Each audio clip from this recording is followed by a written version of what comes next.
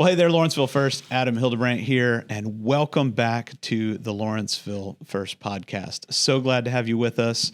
So excited to have this conversation today, and I hope you'll listen to this whole thing because there's going to be some great stuff that we're going to be talking about, some great opportunities, and I'm excited to introduce you to my friend Tommy Scribbins today. Tommy, glad to have you with us. Well, it's a pleasure to be here. It's a privilege to be here. And I just want to say, if you're looking and thinking this looks like a guy you'd see on PBS, stick around because it's not PBS stuff. Not PBS stuff. Much better than that.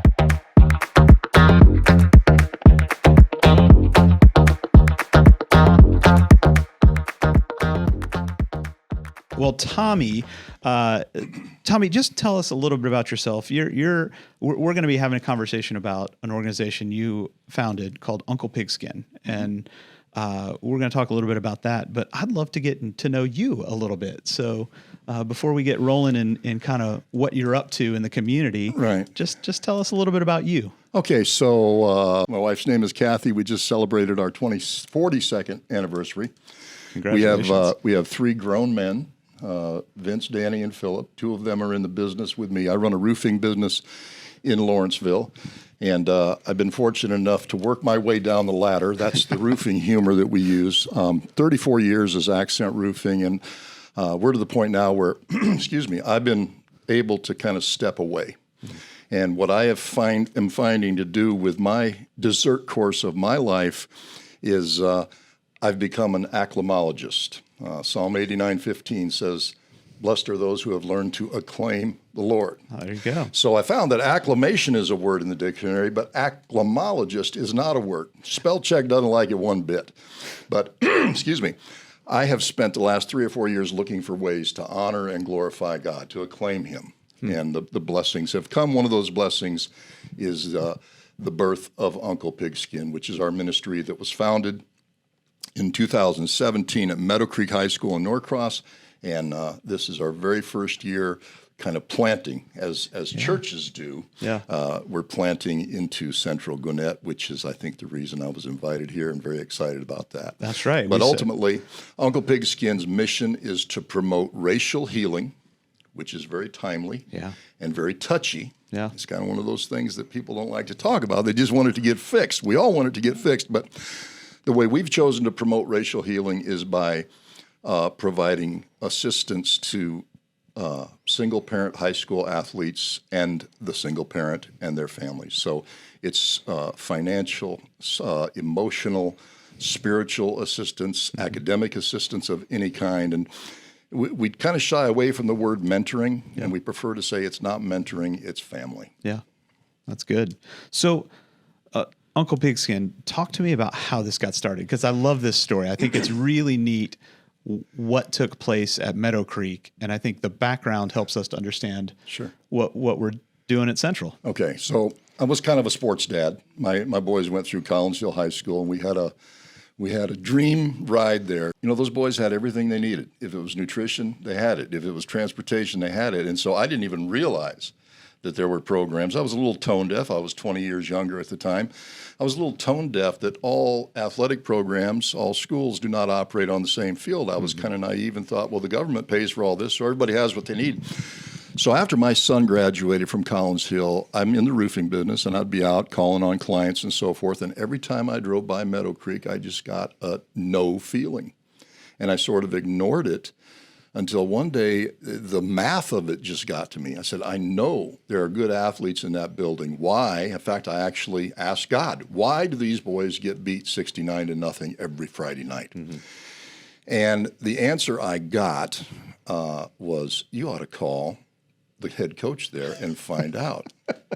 So I called the head coach, who was Jason Carrera at the time, who's now the athletic director at Central. Yeah. I called him, and strangely enough, he picked up the phone on the very first ring. And football coaches and senior pastors are about the same level of busyness. Your chances of getting them on the first ring, it needs God to run interference for him to pick up the phone. He picked up the phone, and I really didn't even know what I was going to say. I just said, hey, I have a feeling the reason you guys get beat every week is not because you're not a good coach. It's because you need resources of some sort. And he said, I don't know who you are or what you're up to, but can you come in here right now? Is that really how you responded? Pretty much. I love that. Yeah. I love that. So I went in there first thing in the morning, and I just said, I don't know why I'm here really, except that it bothers me that this program has been downtrodden for as long as I've been aware of it, and I want to know if there's anything we can do to help. And he says, well, as a matter of fact, what we're lacking is this. And as he started to lay out the numbers and what they're up against, they're playing in the highest classification in the state of Georgia, which is some of the best football in the United States, maybe the best at the time, maybe the best region in the United States. Yeah. They had 1/3 as many kids as the kids they were playing against. Right. They had 1/4 to 1/5 the budget, and of that budget, they couldn't count on any of it. I don't know how many members there are in the Black Knight Booster Club, but on the day I met him, Meadow Creek had one, and she didn't even have a son on the team. So we went down the list, and it was amazing they could field a team, much less compete. So between Jason and I, we got excited. We prayed about it, and we said the first thing we need is a nutrition table. These kids are scrawny. They walk in the way Meadow Creek is zoned. It's a long, giant oval from Pleasant Hill all the way down to Pleasantdale. There's virtually no permanent housing in that district. It's mostly apartment buildings, multifamily, weekly motels. Right. There were literally, you and I may have grown up with parents who said, I walked 3 miles to school and 3 miles. That whole football team was kids who were walking home every night. They were underfed. They'd get up in the morning, get on the bus, go to school, eat reduced price lunch, had no supplemental nutrition. They'd practice for 2 or 3 hours and then walk. Some of those boys 4 miles home from Central because they missed the bus and their mom's at work. Right. And they had no ride. So we got in there, and just the grace of God and some generous, mostly empty nest volunteers, we were able to start a nutrition table, got their weight up. We started seeing gains in the weight room. I remember his strength and conditioning coach at one time. I mean, we'd done very little. It was like maybe peanut butter and jelly and some, and maybe some Powerade. Right. And it matters. And their strength and conditioning coach came up to me after about a month. He says, he goes, I feel like I've been handed the keys to a Maserati. I hope I don't crash it. And I was like, you got to be kidding me. So there was just from the get-go, there was just so much excitement, so much gratitude. And as the weight started to come up and the strength started to come up and the buzz kind of got in there and volunteers got involved. And for the first time in their lives, some of these boys knew there was somebody in the stands that was cheering for them specifically. That very first year, it was pretty miraculous. They won 7 ball games and went to the playoffs for the first time ever. Yeah. And they won an average of 7 games, average of 6 rather, in the 5 years since. So they went from 0-11, or 0-10, 1-9 every year since they've existed, to where now this year, for the first time ever, they are in the preseason rankings. They're rated number 18 in the state. And there's, they've still got low number of kids. Yeah. By the number of participants, they should be competing in Class A. Right. They're in 7A. Right. But there's never been a victim mentality. There's never been a lack mentality. There's just always been a lot of faith, and to this day, relatively little parent support. Yeah. But the boys are bought in, and God does the rest, and it's just a hoot. So some of the things that y'all started doing at Meadow Creek are just simple things that a lot of us wouldn't ever think about. So the food table. You talked to me a little bit about just rides after practice. What are some of those other things that y'all were involved in? Because I just think they're things that we don't often think about that are so incredibly helpful. We started a thing where we started rounding up the boys that wanted to go and taking them to Trinity Barber Shop once a month to get a haircut. They weren't getting haircuts. We did a thing called Christmas Wallets, where the volunteers just pitched in, and we put a bunch of maybe $200 cash and some gift cards. Jason would pick out high achievers on the team, and each grade, and they got to go Christmas shopping. A volunteer would take them Christmas shopping, and the remarkable thing about that is most of these boys, never have held $200 in folding money and a bunch of cards, and almost without exception, they would want to spend most of it on somebody other than themselves. You know, they would get something for mom, get something for the siblings. And so every time we did something, the return was always just so humbling. Yeah. I remember one time we started taking them to Golden Corral, and, you know, I handed out $3 for tip money. I said, I'm not going to monitor this. There was 10 boys at the table. I'm not going to monitor this. You can do what you want to do with it. And I had no intention of saying anything after, and I don't know if I was monitoring, but after everybody left, I just went back and I walked around the table. Seriously, there were $29 on the table out of 30 possible dollars. That's awesome. Another thing we started incorporating, we were lucky enough to be gifted of a 10-passenger van. So we were able to start the route where we could take boys home so they could spend more time on their academics. So academics came up, the fatigue element went down, the strength went up, and then we just started doing some things like an annual chicken wing eating contest. So, that's it. So talk to me about the move from Meadow Creek. You guys are still doing work at Meadow Creek, but now starting up at Central. I mean, I know Jason was a big part of that. Jason Carrera, the athletic director now at Central, because he started talking to me about Uncle Pigskin the day the day I first met him. He said, I need to connect you. I need to connect you. I need to connect you. And so, glad he kept working on me too. Yeah. But, you know, you don't want to be out over your skis. Jesus said, you know, go only to the lost sheep of Israel. And we felt like mathematically we're not ready to go anywhere. But then as Jason started talking to me and we started meeting with folks like you, you know, some other donors, we thought, well, you know, if we wait until it's comfortable, we may never go. Yeah. So, and we found out that at Central, the need is there, but it is not quite so severe. In other words, we thank God for the volunteers that LVfirst supplies and so forth. There's good booster club involvement at Central. They're a class lower. Right. They're not competing they're competing against very good football teams. Don't get me wrong. All Georgia high school football is good. And this is really not about football. Ultimately, once we get to know you, we're never going to abandon you, because the whole idea of the ministry is these boys have a history of being abandonment. And I heard once in a rehab, I wasn't there personally, I just want to get that on the record. But I happened to be at a recovery meeting where the preacher said, you know, abandonment is the worst pain in the universe. It is worse than hatred. And so what the need is with the Black Knights, with Central, is exactly the same. On an individual basis, boys need guidance. They need to have a plan when they graduate from high school. They need support along the way, and they need people to fill in all the information gaps. But we really are a prosperous county. We're a prosperous community, and the amount of time and money and energy that it takes to completely change one young man's trajectory is a pretty reasonable cost, I think. Yeah.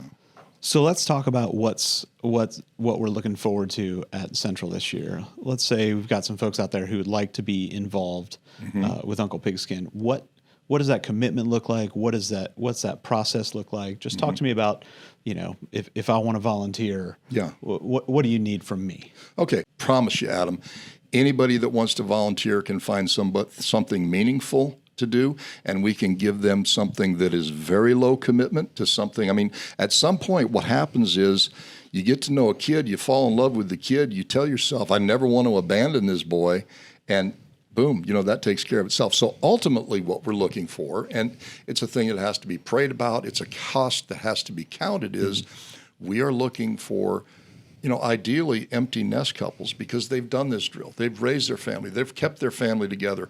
A lot of these boys have never even seen such a thing. Yeah. It's incomprehensible to them that my wife and I not only have been married for 42 years, but that we still like each other. It just usually starts with an introductory breakfast, and then we get to know, you know, the potential or the prospective volunteer, and they get to lay eyes on a boy. And once that prospective volunteer really can put a name with a face and associate it with a genuine need, they're much more inclined to want to give and be involved, because they see the potential. And I promise you, any of your volunteers, any of your members that wants to make a real difference in a kid's life, a lot of times we don't know where to find them. We want to make a difference, but we don't know where to find them. I'm telling you, we know where to find them. Yeah. So, volunteers come in and as small as maybe being a chaperone at a particular event. We plan to do some things like the wing eating contest that we talked about, or you and I were talking before we got on the mics about this is a historic season for the Braves. Wouldn't it be great to get some boys out to a Braves game? Well, that's going to take chaperones. Right. That's going to take people to go out there. So this is definitely a volunteer opportunity where, at least at the outset, prospective volunteers can just plug themselves in and plug themselves out at will. Okay. But the biggest cost to be counted is, and what we're really looking for ultimately, is volunteers who are willing to make the same commitment they made when their own children, who are now grown, were born. And that is, I am never going to abandon you. You get hurt, I'm still here. Yeah. When you go off to college, I want a Christmas card.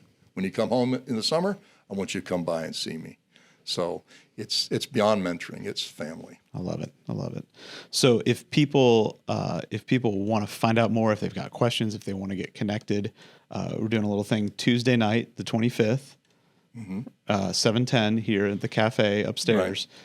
And anybody who wants to learn more, anybody who wants to be connected, we've got a sign-up link that you can go online and just let us know that you're planning to come, so we have everything we need. We're all set to go. Do I have time to pitch that real quick? Go for it, man. Okay. Get it. All right. So I was kind of leading into it. I was going to pass you the ball in a second. I saw the signal under the table. I have to talk about our secret weapon. If you come Tuesday night, you're going to meet the secret weapon, which is Michael Moon Thompson. Yeah. Michael is a monster of a man physically, and he often says, hey, people think I'm a character. But Michael's the real deal. He grew up in an Uncle Pigskin type environment. He'll be the first to tell you. But our secret weapon is that Michael's job, and he's fantastic at it, he's the executive director of Uncle Pigskin. His job is to get to know the boys, have his finger on the pulse, and know exactly what the needs are. Mm-hmm. And when you hear him, he's a great speaker. He will get you to the point of pleasant Holy Spirit tears, if that makes sense. But you owe it to yourself to meet this man and hear him talk about the need. He can express it in much better and more compelling terms than I can. And that's a real treat. Anytime you get a chance to hear Michael talk, I would say take that chance. Yeah. And I've had the chance to meet Moon. He's a great guy. And I'm looking forward to all of you meeting him as well. And just his involvement with, all of y'all's involvement with Central Gwinnett this year. We've been a part of investing in that team for a few years now. They come over here to eat, and they spend time here in our facility and with our student ministry, and we just got lots of paths that are crossing, and I'm excited about what that synergy can do together in terms of loving our community, loving the kids at Central Gwinnett, loving this football team, and just weaving a web of tapestry of community that really has an impact over the long term. So thank you for what you're doing. Thank you for jumping in here at Central, and thank you for what you've been able to do at Meadow Creek and the amazing volunteers that you've equipped and empowered to do God's work in these schools.